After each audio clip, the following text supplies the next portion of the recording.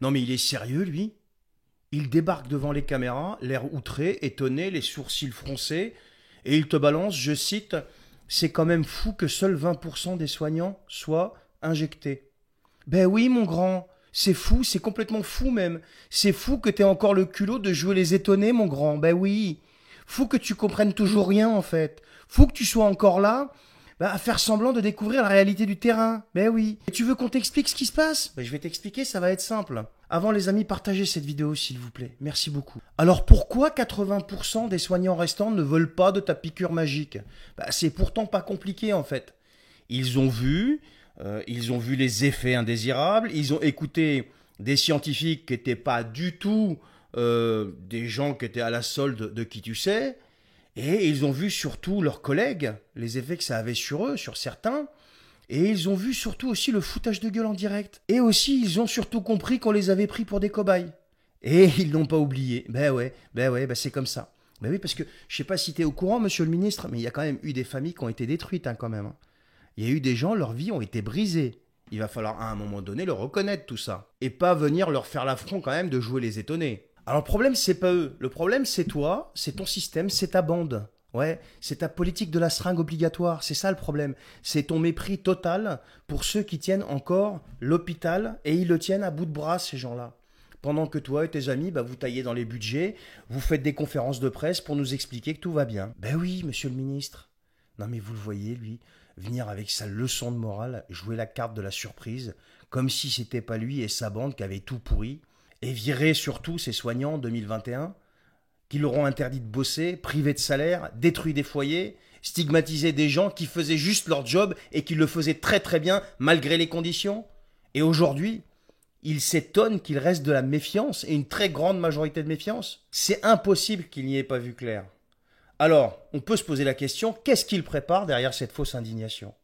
On les connaît, vos techniques, les gars. On sent venir le retour de la recommandation fortement recommandée et incitée sous peine de... Vous savez, les protocoles relancés tout doucement, en douce, tranquille, des courriers bien pensants aux ARS, et derrière, une pression sourde sur les chefs de service.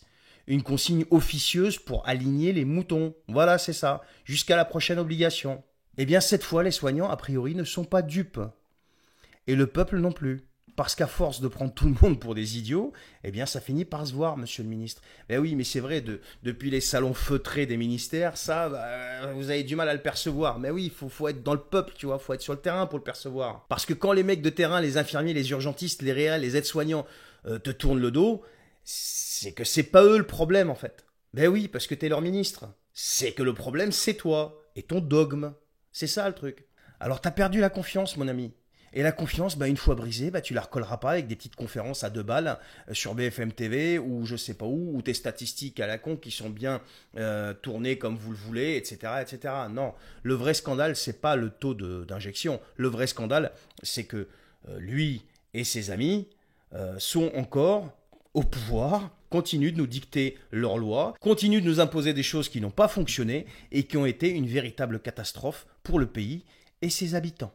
Ouais. Et un autre scandale, c'est que ces gens-là aient encore des tribunes et qu'ils se payent encore le culot de nous donner des leçons alors qu'ils sont là pour faire oublier uniquement les dégâts des années passées en mode circuler, il n'y a rien à voir, malgré tout ce qu'on sait. Et pendant ce temps-là, t'as l'hôpital qui continue de crever à petit feu. Le personnel se barre, les urgences saturent, on en arrive à avoir des gens qui décèdent dans les couloirs, c'est pas moi qui le dis, ce sont les médias mainstream, les soins se dégradent complètement, et eux, ils regardent juste le taux d'injection comme si c'était la priorité. C'est pas 20% d'injectés qui est fou, c'est 80% de ces héros qui refusent encore ta cam malgré ta propagande, malgré les menaces, malgré les exclusions. Ça, c'est un message clair. Et il t'est directement destiné, mon gars. Alors soit tu l'écoutes une fois pour toutes, soit tu continues à jouer l'autruche. Mais si tu continues à jouer l'autruche, au bout d'un moment, ils vont te sortir la tête du sable quand même. Oui, ils vont te sortir la tête du sable, et là, ça risque d'être quand même violent, parce que si les 80% décident de stopper tout, alors que tu comptes peut-être leur imposer quelque chose qu'ils ne veulent pas, là, on va être vraiment dans la mouise, et là, je me demande bien ce que toi et tes copains, vous pourrez faire face à un mouvement d'ampleur comme ça.